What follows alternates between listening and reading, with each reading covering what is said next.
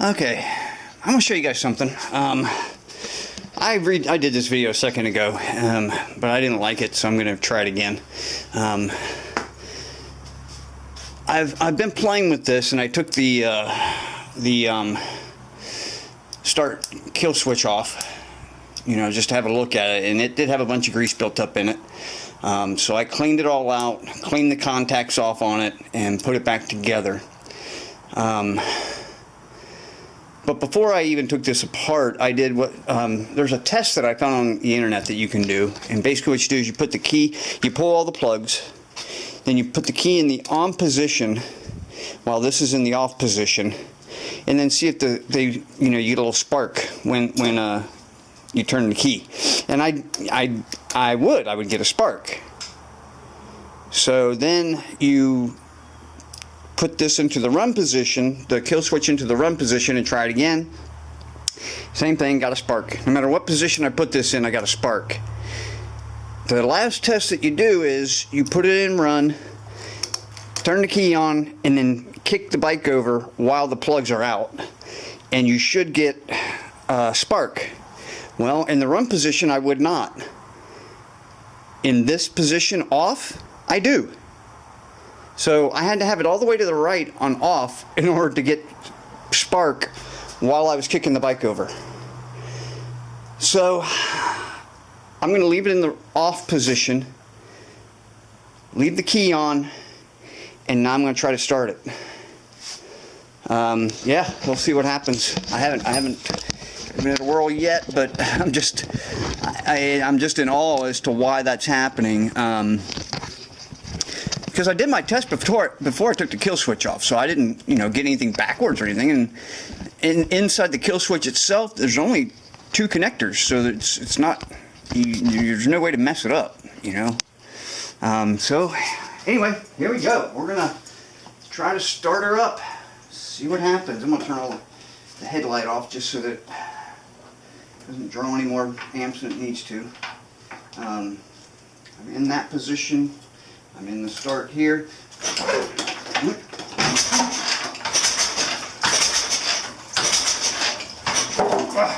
does that.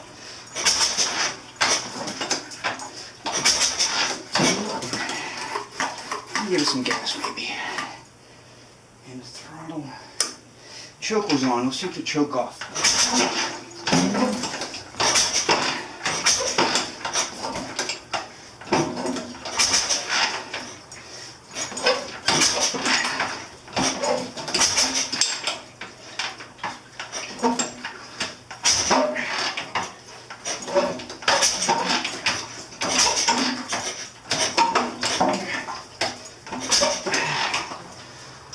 Okay, my leg's tired.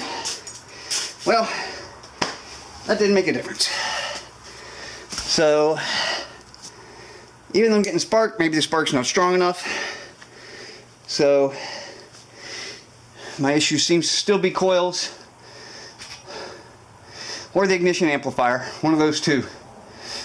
At least I know my wiring's good because I'm getting spark. So either my coils aren't putting out enough juice, or the ignition amplifier's not doing its job.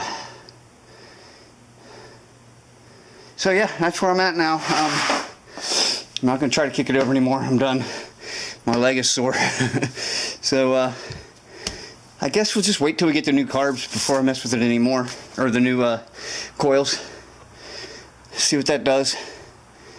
And if I still have the same issue, I guess I'll replace that amplifier. I mean, that's the only other thing left. Everything else checks out. So, yep, that's where I'm at. So, catch you guys on the next one.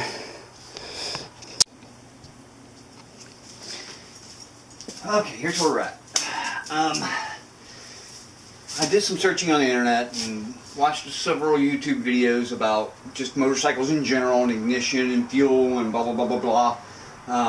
I'm no expert, by the way. I'm just a guy who does this in his garage for the fun of it. So I learn every day. I learn everything all day. So I'm turning my pet cock tongue, so I'm about to show you something. I didn't have the camera rolling earlier. When I was playing with it, I didn't have the camera rolling. But yeah, I got it to start. And I'm going to show you that right now. Hopefully. Yeah. So, I don't know if you saw it before, but I was talking about how when you had to have the key in a certain position. And oh, did you hear that? A little. That was the spark plug firing and burning up all the excess gas that was in there from when I turned it off. So yeah, once I hear that sound, watch this.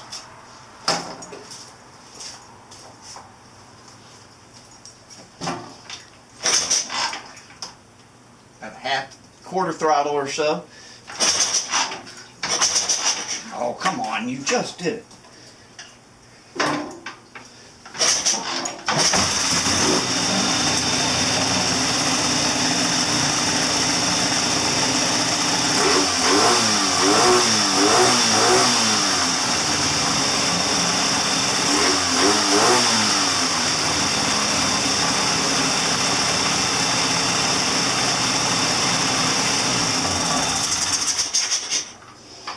And there it is. So as you can see, it was just a couple of carb settings. That was it. Basically, I just changed the idle screw and the air fuel mixture screw a little bit. I turned it out a full 3 turns, and boom, fired up almost immediately. I only had it out 2 turns, which is what I thought it was supposed to be. That's what I had read. There's nothing in the manuals that tell you where to put it. So I went online and searched, and everybody was saying 2, so I had it on 2. Found one post in a Classic Triumph forum that said if 2's not working, put it on 3. Put it on 3, boom, it's working. Now why it's idling at 4,000 RPM, I don't know. But good thing is I know the tach's working now. So even though the light doesn't work for it, the tach itself works, which is good. That's important. I'll need that when I go to tune and sync the carbs. But there it is. You heard it run for the first time in what? I don't know, Gary. 30 years? You tell me, buddy. I don't know. I'm guessing 30 years, 20 years maybe. Somewhere through there. It's been a lot. I can tell you that much. It's been at least 10, if not quite a bit more. There you go. Yeah, that's hot. Woo. There you go. It's running. I did it. Never doubted myself for a second. Yeah, I kind of did a little bit. Just a little bit. Anyway, there you go. It's running. I know I can reasonably start it anytime I want now. So now, and I ordered new coils for it. I'm going to put the new ones in. These just look bad. They're going to go bad eventually. So I'm just going to replace them since I ordered new ones. May as well. What else over there? Oh, that was the only part that I was going to replace that I thought needed replaced. Air filters absolutely need replaced, so obviously I'm going to keep those. But yeah, we're good. Hey, that is 99% of the job right there, is getting that fired up. Once that's fired up, everything else is going to be fairly simple. Now I heard that the brakes on these are terrible to work on. But luckily Gary kept a rebuild kit for the front, so I'm sure I'm going to use that, and brand new brake pads for the front, so I'm sure I'm going to use those. Then just get the rear one going, and once I get the brakes, that's the next step, get the brakes going. I know the engine starts. Now I want it to be able to stop. Before I ever put it in gear, I want it to be able to stop. So that's my next step on the Triumph, is to get the brakes working. So pat myself on the back. I did it. Hey, it's okay to praise yourself sometimes. You know, it's okay to congratulate yourself. I don't have anybody else here to do it for me, so. But yeah, got it. I'm super excited. Super excited. Oh, I did want to mention one other thing before I can get it on the road. It needs new tires. These are holding air somewhat, but they're cracked, and it just needs new tires. I might take it for the first road trip on these tires, just so that they can see the road one last time. Because they are, like I said, they're holding air. Yeah, they seep out eventually, but for the most part, they're holding air pretty good. But I'll let them see the road one more time, maybe 2 more times, and then I'll just replace them. And I do change tires myself, so matter of fact, I'm going to do that on the CM450 here in a little bit. This is the new rear tire for it. So it's a Kenda Cruiser. Pretty good tire. I like them. Anyway, there we go. I don't know what else to say right now. I'm just so excited and happy and you know, I knew I could do it. I wasn't worried about that. What I was worried about was how long it was going to take. I was thinking into next summer probably, you know, just because I don't know enough of, you know, I have a knowledge that most people who do this kind of stuff do. I just don't have that knowledge. I just poke at things until it starts working, you know. I don't really know what I'm doing, to be honest. I know just enough to be dangerous, but as you can see, it paid off. I knew just enough to make this bike run. And of course, with some help from the internet, searching forums and YouTube. I've watched a lot of YouTube videos, went through a bunch of Triumph forums. I'm on a Facebook Triumph group, Classic Triumph group. I just joined it yesterday though, so it hasn't helped yet. But I told them what I had. They were excited to kind of watch, so I sent them a link to this YouTube channel, and maybe they can give me some good pointers too, you know, especially with the brakes. Because one of the guys there is the one who mentioned that the rear brakes on this are just a pain in the butt to work on, so we'll see. But yeah, there it goes. It started, guys. It started. Gary, I just want you to know, I cannot tell you how much I appreciate you letting me have this, not have. I did pay you for it, so. Paid you good money for it too, so. But yes, for letting me bring her back to life, I thank you. So, one last time, we're in neutral. I'm trusting the neutral light now. Sorry, there's an ambulance going by. I'm trusting the neutral light now. I didn't before because the electrical system was so quirky on this thing. But now I'm trusting it because I've basically changed all the wiring in it. So, alright, here's one more time. We're going to start it up one more time just so you can see it. About a quarter throttle, and enrichers are on. I keep saying choke, but they're actually called an enricher. So, boom. They used to be called ticklers, by the way. Now they're, with this model, this is the Amal Mark II carburetors. They put an enricher on it. And basically all that does is give it more gas instead of air. And that's basically what it does. So, alright, here we go. Got a quarter throttle, and let's see how many kicks it takes. That was 1. That was 2. 3. Do I have it? Yeah, I do. Okay. Again, okay, let's go about half throttle. 4. 5. 6. Uh-oh. Did I do something wrong? Am I doing something wrong? Should have kicked over by now. Off and on, off and on.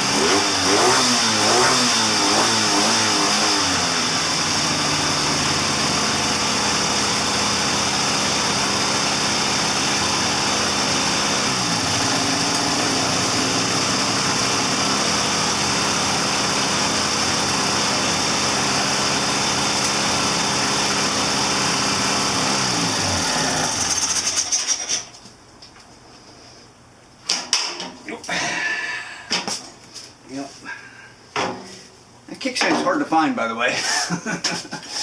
Alright, let's get over here in a position where it looks a little better on the camera there. Turn the key off. Yeah, it's running rich. That's why all the smoke is there. But there we go, folks. You saw, you heard, it's running.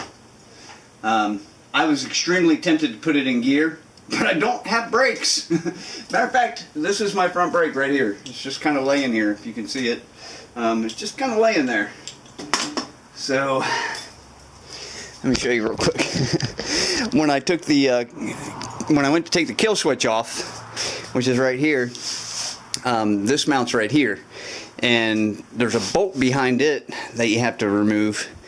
So you have to take this off to get to that bolt to remove this whole piece. So yeah, right now I don't have I don't have a front brake at all. I mean, that doesn't work anyway. The handles, it's just, you can see there's nothing there. So that is my next step, brakes. I know it'll start reliably now. Now I want it to stop reliably. Once I know it can stop reliably, I'll put it in motion. But yeah, guys, you just I can't explain to you how happy I am right now.